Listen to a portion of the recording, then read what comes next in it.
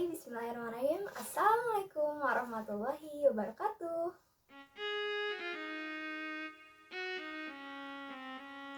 Nah, gimana nih kabarnya kalian yang lagi nonton ini?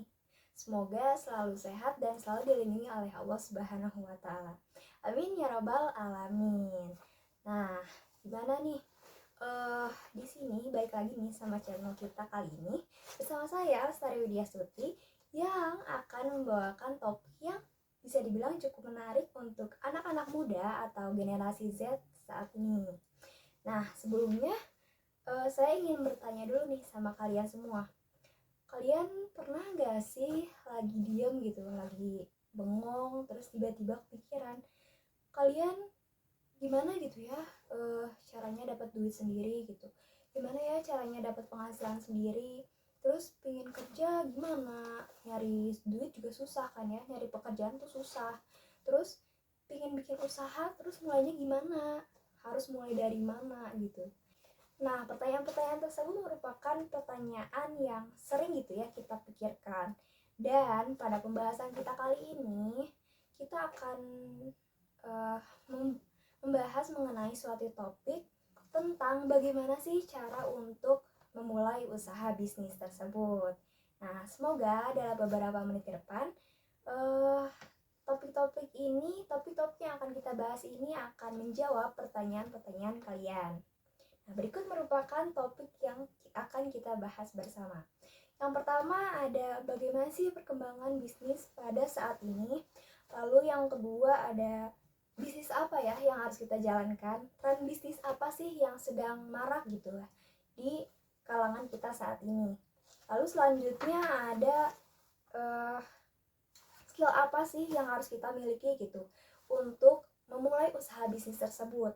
Dan yang terakhir adalah bagaimana cara pelaksanaannya atau strategi pelaksanaan untuk memulai bisnis tersebut. Nah, oke. Perkembangan bisnis. Nah, perkembangan bisnis sendiri sudah kita tahu ya, kita tuh masuk di era digital.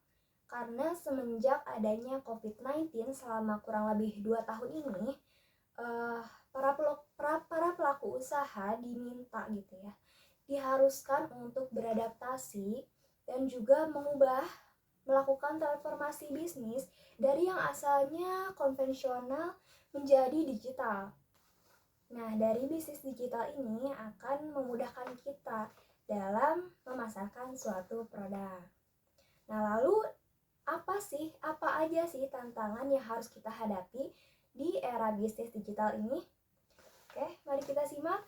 Yang pertama ada keinginan yang serba cepat. Nah, tentunya masyarakat kita ini menginginkan sesuatu yang serba cepat dan juga praktis. Tapi kita harus bisa memanfaatkan adanya teknologi. Karena dengan kita bisa memanfaatkan teknologi tersebut dengan baik, maka kita dapat berusaha menandingi kompetitor yang lainnya. Lalu ada kompetitor semakin banyak. Nah, karena adanya teknologi ini yang memudahkan kita, maka dari itu semakin banyak pula kompetitor yang akan muncul dan juga bersaing dengan kita. Dan yang selanjutnya ada kurangnya pengetahuan. Nah, kurangnya pengetahuan ini akan menjadi bumerang untuk kita nantinya ke depan.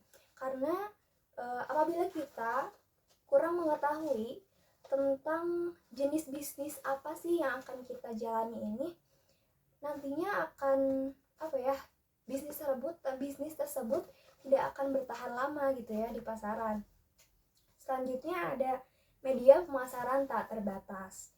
Nah, karena media pemasaran tak terbatas dengan dibantu oleh adanya teknologi ini, nah maka dari itu kita harus pandai-pandai dalam melakukan atau merancang strategi marketing seperti apa yang harus kita buat.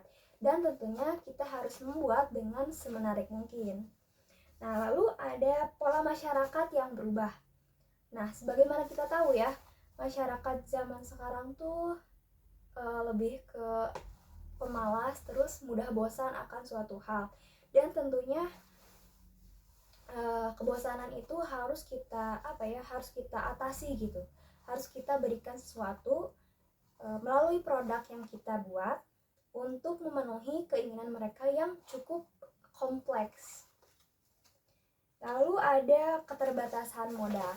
Nah, ini merupakan suatu hal yang bisa dibilang cukup menjadi salah satu hal terbesar yang membuat kita untuk mengurungkan memikir ulang gitu untuk membuat suatu bisnis, karena keterbatasan modal yang kita punya. Nah, karena keterbatasan modal ini tentunya akan menyulitkan kita untuk menggerakkan bisnis yang akan kita jalani. Lalu ada perkembangan teknologi. Nah, kan di era digital, makanya perkembangan teknologi itu pastinya akan terus berkembang, akan terus-menerus berkembang. Nah, maka dari itu kita harus mempunyai sikap mau belajar gitu untuk dapat beradaptasi dengan hal tersebut. Lalu ada risiko penipuan.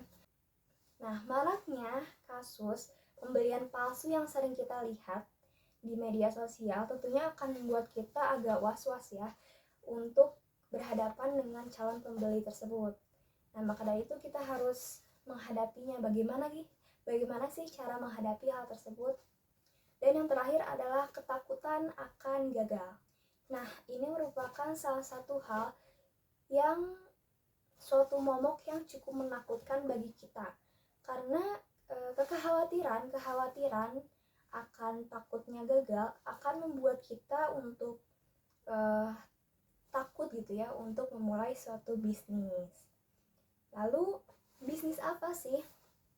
Karena tadi kita udah melihat tantangan apa aja yang harus kita hadapi di era digital, lalu bisnis apa sih yang harus kita jalani? Tren bisnis apa sih yang sedang marak gitu di kalangan kita saat ini? Nah, berikut merupakan tips-tips dalam memilih bisnis yang akan kita jalani. Oke, yang pertama yaitu perhatikan lingkungan. Nah, kenapa sih kita harus memerhatikan lingkungan? Karena lingkungan itu merupakan bisa membuka peluang usaha bagi kita. Kita dapat dengan memahami lingkungan sekitar kita, maka kita dapat mengetahui warga sekitar itu butuh apa sih, ingin apa sih. Lalu ada pilih sesuai minat dan keahlian. Nah, contohnya nih, misalkan kita sangat memahami dalam hal urusan membuat kue. Nah, maka dari itu jenis usaha yang cocok adalah membuka toko kue. Nah, jangan sampai kita memilih bisnis yang kurang kita pahami, karena nantinya akan membuat kita sulit gitu untuk mengembangkannya. Lalu pelajari bidang usaha. Nah, hal yang pertama harus kita lakukan adalah membuat daftar apa aja sih bidang usaha yang sesuai gitu dengan keahlian dan juga minat kita. Lalu setelah itu kita pikirkan usaha apa sih yang sedang bagus itu, yang sedang tren gitu saat ini, untuk nantinya kita dapat bisa gitu mengembangkan usaha tersebut bagaimana ke depannya. Lalu ada sesuaikan dengan modal. Nah, ini merupakan suatu hal yang harus kalian perhatikan ya, karena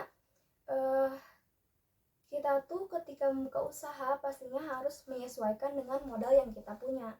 Jangan sampai kita membuat usaha tetapi tidak memikirkan modal yang ada.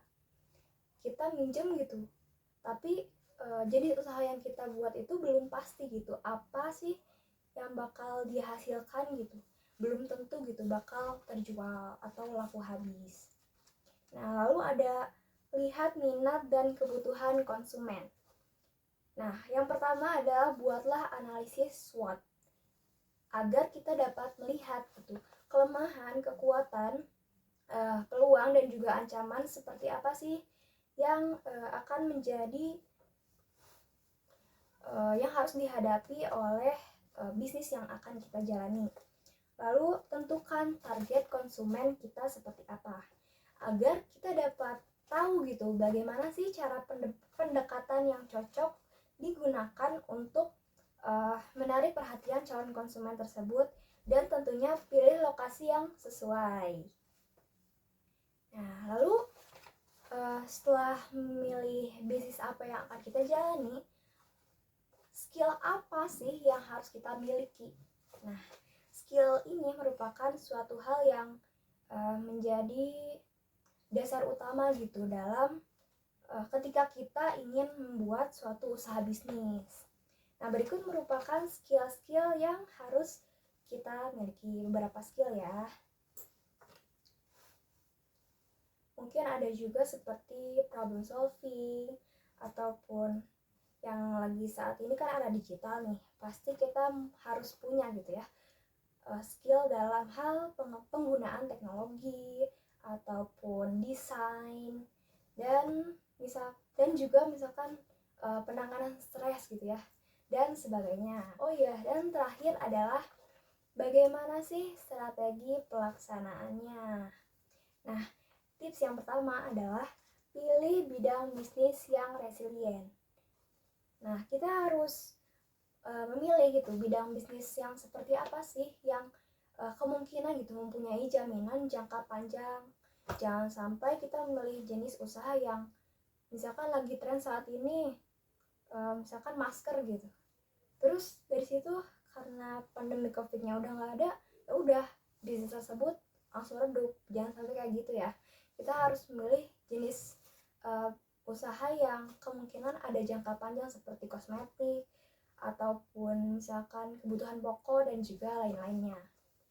Lalu ada platform online. Nah, manfaatkan media sosial yang ada dan juga buatlah website. Lalu gunakan e-commerce yang biasa kita sering lihat, sering kita gunakan seperti Tokopedia, Shopee, dan juga sebagainya.